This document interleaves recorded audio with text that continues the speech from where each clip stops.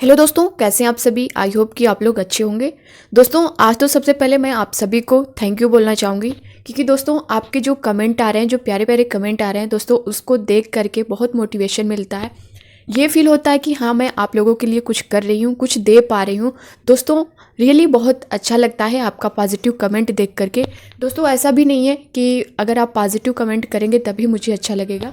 मेरी जो कमियां हैं, जो गलतियां हैं, जो मिस्टेक हो रही हैं, आप इससे रिलेटेड जो मैं क्वेश्चन में कोई गलती कर रही हूँ या फिर कुछ कमियां मेरे अंदर आपको दिख रही हों पढ़ाने में, तो आप उससे भी शेयर कर सकते हैं, मुझे बता सकते हैं, ताकि जब मुझे पता होगा कि मेरे अंदर ये कमियां हैं, मुझसे ये गलतियां हो रही हैं, तो मैं उसे इम्प्रूव करूँगी। बाकी दोस्तों आपका कमेंट, आपका प्यार देख करके मुझे बहुत खुशी होती है, बहुत अच्छा लगता है। एक बार फिर से मैं आप सभी को थैंक यू बोलना चाहूँगी। और दोस्तों अगर आप मुझे इसी तरह प्यार और सपोर्ट देंगे तो मैं आपके लिए और अच्छे अच्छे कंटेंट, अच्छे अच्छे क्वेश्चन, अच्छे अच्छे वीडियो लाती रहूँगी।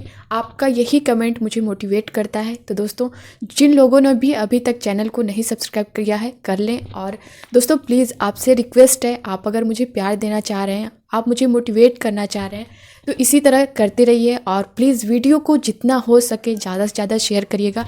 यही आप मुझे दे सकते हैं, यही मेरे लिए बहुत है दोस्तों।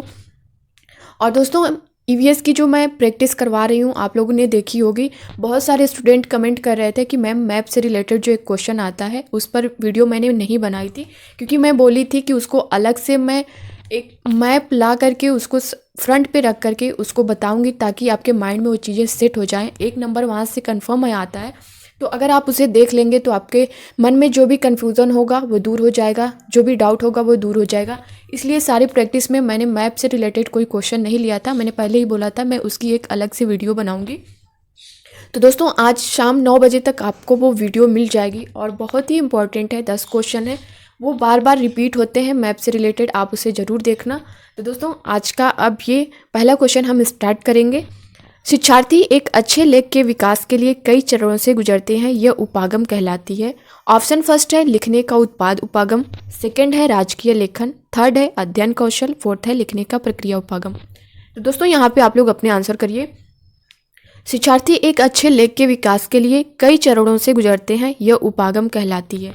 ऑप्शन फर्स्ट है लिखने का उपागम, सेकंड है राजकीय लेखन, थर्ड है अध्ययन कौशल, फोर्थ है लिखने का प्रक्रिया उपागम।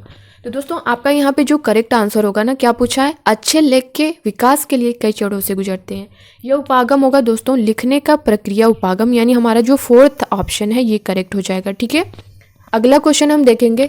दोस्तों आपके पास टाइम बहुत कम है, इसलिए मैं ज़्यादा बहुत एक्सप्लेन में नहीं जा रही हूँ, बस मैं ये कोशिश कर रही हूँ कि आपको ज़्यादा से ज़्यादा क्वेश्चन कंटेंट दे सकूँ, ताकि आपके सामने कोई भी क्वेश्चन आए तो आप उसे फेस कर लें, आपसे छूटे ना। तो यहाँ पे सेकंड वाला आप देख पा रहे, अपने आरंभिक वर्षों में बच्चे दीवार, फर्श और कॉपी, उत्तर पुस्तिका में आड़ी तिरछी रेखाएं बनाते हैं। भाषा सीखने में यह अवस्था क्या कहलाती है। ऑप्शन फर्स्ट है स्क्रिबलिंग, सेकंड है प्रारंभिक साक्षरता, थर्ड है लेखन कौशल, फोर्थ है ग्राफिक विकास। तो दोस्तों अपने प्रारंभिक वर्षों में बच्चे दीवार, फर्श और कॉपी, उत्तर पुस्तिका में आड़ी तिरछी रेखाएं बनाते हैं। भाषा सीखने में यह अवस्था जो है दोस्तों प्रारंभिक साक्षरता कहलाती है, यानी सेकंड जो ऑप्शन हमारा है ये करेक्ट हो जाएगा। ठीक है, नेक्स्ट क्वेश्चन पे हम चलेंगे। निम्नलिखित में से कौन सा सीखने का आकलन है। ऑप्शन फर्स्ट है लिखित परीक्षाएं, सेकंड है अवधि के अंत में परीक्षा, थर्ड है रचनात्मक आकलन, फोर्थ है संकलनात्मक आकलन। तो दोस्तों यहाँ पे आप लोग अपने आंसर करिए, निम्नलिखित में कौन सा सीखने का आकलन है। फटाफट अपने आंसर करिए कमेंट बॉक्स में। लिखित परीक्षाएं हैं, अवधि के अंत में परीक्षा, या फिर रचनात्मक आकलन, या फिर संकलनात्मक आकलन। तो दोस्तों सीखने का आकलन जो है वो रचनात्मक आकलन, यानी हमारा जो थर्ड ऑप्शन है ये करेक्ट हो जाएगा। नेक्स्ट क्वेश्चन पे हम चलेंगे। यदि एक बालक किसी एक भाषा का अच्छा पाठक, अच्छी पाठिका है, तो वह दूसरी अथवा किसी अन्य भाषा का अच्छा पाठक हो सकती है या फिर हो सकता है जब वह दूसरी या अन्य भाषा सीखता है, इसे जाना जाता है। ऑप्शन फर्स्ट है पठन क्षमता, सेकंड है पढ़ने की रणनीति, थर्ड है कौशल का अंतरण, फोर्थ है उच्च स्तरीय कौशल। तो दोस्तों यहाँ पे आप लोग अपने आंसर करिए, थोड़ा क्वेश्चन को समझिएगा। और दोस्तों मैं आप सभी को बता दूं कि बहुत सारे स्टूडेंट कमेंट कर रहे थे कि मैम टेलीग्राम ग्रुप कैसे ज्वाइन करें, उसका लिंक दे दीजिए। तो दोस्तों डिस्क्रिप्शन बॉक्स में मैंने टेलीग्राम ग्रुप की लिंक दे दी है, आप वहाँ से ज्वाइन कर सकते हैं। यहाँ पे आपका जो करेक्ट आंसर होगा दोस्तों थर्ड ऑप्शन कौशल का अंतरण, ये जो है हमारा करेक्ट आंसर होगा।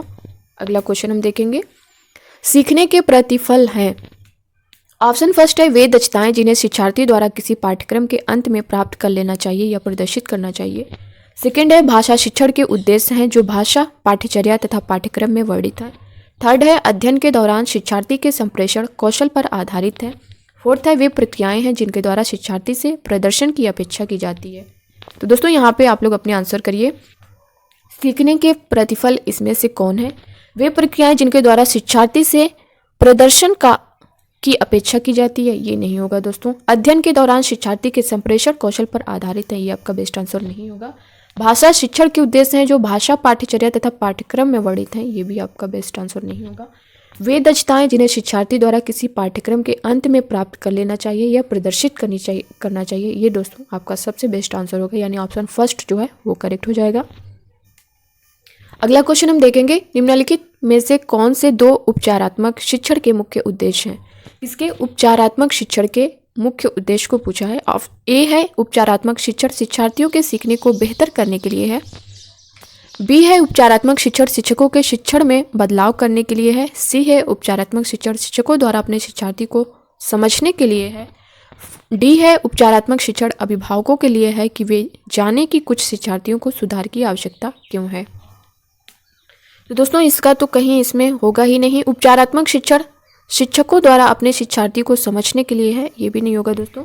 उपचारात्मक शिक्षण शिक्षकों के शिक्षण में बदलाव करने के लिए है। उपचारात्मक शिक्षण शिक्षार्थियों को सीखने को बेहतर करने के लिए, यानी ए बी जो हमारा है वो करेक्ट होगा। तो ऑप्शन फर्स्ट में आप देख पा रहे होंगे ए बी, ये हमारा करेक्ट हो जाएगा। अगला क्वेश्चन हम देखेंगे,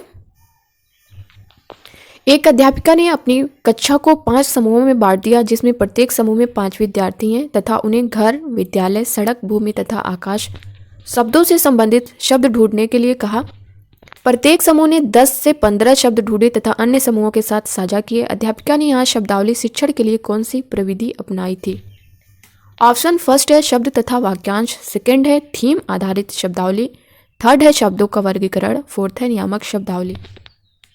तो दोस्तों इस क्वेश्चन को आप थोड़ा बारीकी से समझिएगा। इस क्वेश्चन में क्या दिया है, अध्यापिका ने अपनी कक्षा को 5 समूहों में बांट दिया जिसमें से प्रत्येक समूह में 5 विद्यार्थी हैं। 5 समूह बनाया और प्रत्येक समूह में 5 विद्यार्थी, उन्हें घर, विद्यालय, सड़क, भूमि तथा आकाश शब्दों में संबंधित शब्द ढूंढने के लिए कहा। प्रत्येक समूह ने 10 से 15 शब्द ढूंढे तथा अन्य समूहों के साथ साझा किए। अध्यापिका ने यहाँ शब्दावली शिक्षण के लिए कौन सी प्रविधि अपनाई थी? नियामक शब्दावली, ये नहीं होगा दोस्तों। शब्दों का वर्गीकरण, ये भी नहीं होगा। शब्द तथा वाक्यांश, ये भी नहीं होगा। थीम आधारित शब्दावली, ये प्रविधि उन्होंने अपनाई थी, यानी सेकंड ऑप्शन जो है वो हमारा करेक्ट हो जाएगा। अगला क्वेश्चन हम देखेंगे, सीखने के सिद्धांत के रूप में रचनावाद का विश्वास है। ऑप्शन फर्स्ट सीखना व्यक्तिगत विशेषता है। सेकंड सभी शिक्षार्थी भाषाएं नहीं सीख सकते हैं। थर्ड सीखना पूरी तरह से मनोवैज्ञानिक घटना है। फोर्थ सीखना सामाजिक निर्मित है। दोस्तों यहाँ पे आप लोग अपने आंसर करिए, सीखने के सिद्धांत के रूप में रचनावाद का विश्वास है, सीखना व्यक्तिगत विशेषता है, सभी शिक्षार्थी भाषाएं नहीं सीख सकते हैं, सीखना पूरी तरह से मनोवैज्ञानिक घटना है, सीखना सामाजिक निर्मित है। सीखना व्यक्तिगत विशेषता है, ये आपका बेस्ट आंसर नहीं है दोस्तों। रूप में रचनावाद का विश्वास है, ये आपसे पूछा है। सभी शिक्षार्थी भाषाएं नहीं सीख सकते, ये भी आपका रॉन्ग होगा। सीखना पूरी तरह से मनोवैज्ञानिक घटना है, ये भी रॉन्ग है। यानी आपका जो करेक्ट आंसर होगा वो फोर्थ होगा, सीखना सामाजिक निर्मित है। ठीक है, फोर्थ ऑप्शन आपका करेक्ट होगा। अगला क्वेश्चन हम देखेंगे, कविता के संदर्भ में सर्वाधिक महत्वपूर्ण है। ऑप्शन फर्स्ट है भावपूर्ण पठन, सेकंड है व्याख्या, थर्ड है अलंकार, फोर्थ है छंद। तो दोस्तों यहाँ पे आप लोग अपने आंसर करिए, ये क्वेश्चन आपका इंपॉर्टेंट है। और दोस्तों ये जो सारे क्वेश्चन हैं 10 क्वेश्चन ये आपके एग्जाम में पूछे हुए हैं, ये सारे क्वेश्चन पूछे गए हैं, यानी ये क्वेश्चन आपके 24 दिसंबर 2021 को पूछे गए थे। तो बहुत सारे क्वेश्चन इसमें से रिपीट हो जाते हैं, इसलिए मैं इन सारे क्वेश्चन को रख रही हूँ, क्योंकि इससे पहले 2021 दिसंबर 2021 और जनवरी 2022 में जो आपका एग्ज़ाम हुआ था, कई शिफ्टों में यानी 23 शिफ्टों में आपका एग्ज़ाम हुआ था, तो उसमें बहुत सारे क्वेश्चन हर शिफ्ट में रिपीटेड थे, इसलिए आप सारे क्वेश्चन को ध्यान दीजिएगा। कविता के संदर्भ में सर्वाधिक महत्वपूर्ण है, तो दोस्तों क्या है ये? भावपूर्ण पठन जो है ये सबसे महत्वपूर्ण है। ठीक है, यानी फर्स्ट ऑप्शन जो है वो हमारा करेक्ट हो जाएगा। व्याख्या, ये सब अलंकार, छंद, ये सब नहीं होगा। अगला क्वेश्चन और आज का लास्ट क्वेश्चन हम देखेंगे, व्याकरण अनुवाद विधि अधिक बल देती है। व्याकरण अनुवाद विधि जो है ये अधिक बल किस पर देती है? क्या शुद्धता पर देती है, या फिर प्रवाह पर, उपयुक्तता पर, या फिर उच्चारण पर? तो दोस्तों इसका आंसर आप लोग कमेंट बॉक्स में कमेंट करके बताइए। व्याकरण अनुवाद विधि अधिक बल देती है। तो दोस्तों व्याकरण अनुवाद विधि जो है ये शुद्धता पर अधिक बल देती है, यानी फर्स्ट ऑप्शन जो है ये हमारा करेक्ट हो जाएगा। तो दोस्तों ये थी आज की सीरीज़ 10 क्वेश्चन। कैसे लगे आपको? कमेंट बॉक्स में अपना फीडबैक जरूर दीजिएगा और वीडियो को लाइक करिएगा, ज़्यादा से ज़्यादा शेयर करिएगा। अपना लव और सपोर्ट इसी तरह बनाए रखिएगा। मिलते हैं अब नेक्स्ट वीडियो में नए क्वेश्चन के साथ। तब तक के लिए बाय बाय, टेक केयर, खुश रहिए, पढ़ते रहिए।